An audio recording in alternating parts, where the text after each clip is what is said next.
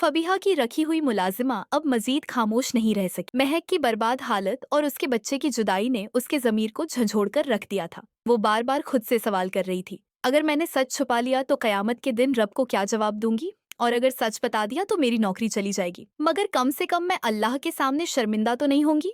Bill आखिर उसने फैसला कर लिया। मुलाजिमा सीधा आर्यान के पास गई। हाथ कांप रहे थे, आवाज लरज रही थी। आर्यान भाई, मुझे आपसे एक बहुत जरूरी बात करनी है। आर्यान ने चौंक कर कहा, हाँ क्या बात है।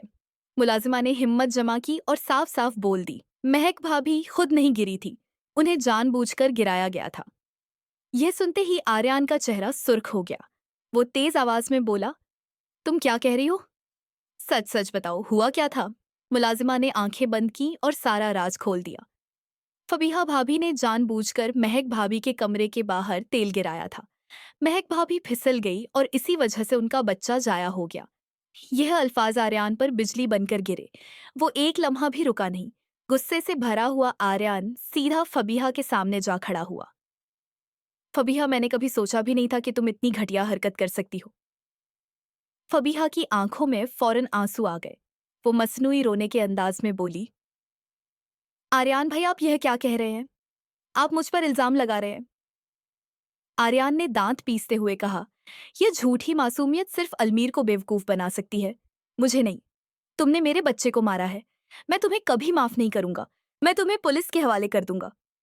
यह सुनकर फबीहा चीख पड़ी, यह सब झूठ है। अलमीर, तुम कुछ क्यों नहीं बोलते? अलमीर फौरन आगे आया और फबीहा के सामने खड़ा हो गया। आर्यान भाई, आप हद पार कर रहे हैं। मेरी बीवी पर इल्जाम लगाते हुए आपको शर्म आनी चाहिए।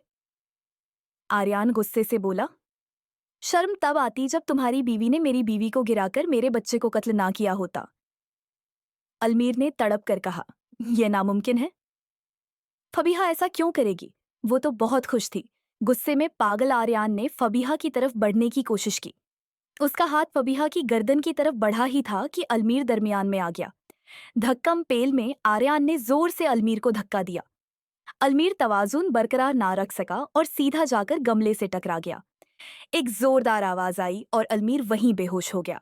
फबीहा चीख चीख कर जमीन पर बैठ गई। अलमीर, तुम्हें क्या हो गया? वो आर्यान की तरफ देखकर चिल्लाई, आर्यान भाई, आपने क्या कर दिया? मैं आपको कभी माफ नहीं करूंगी। घर में कोहराम मच गया। शाहवीर फौरन अलमीर को उठाकर अस्पताल ले गया। डॉक्टर्स ने तशवीशनाक लहजे में बताया, सर पर गहरी चोट लगी है, खून भी काफी बह चुका है। आप दुआ करें कि जल्द होश आ जाए। सब घर वाले शदीद परेशानी में थे, मगर आर्यान के दिल में एक ही बात गूंज रही थी, यह सब फबीहा ने किया है और मैं उसे कभी माफ नहीं करूंगा। दूसरी तरफ ईमान ने फौरन अपनी बहन मुस्कान को फोन किया। मुस्कान, क्या तुम जावियार का ख्याल रख सकती हो? हम सब अस्पताल में हैं। आर्यान भाई और अलमीर की शदीद लड़ाई हो गई है और अलमीर जख्मी हो गया है।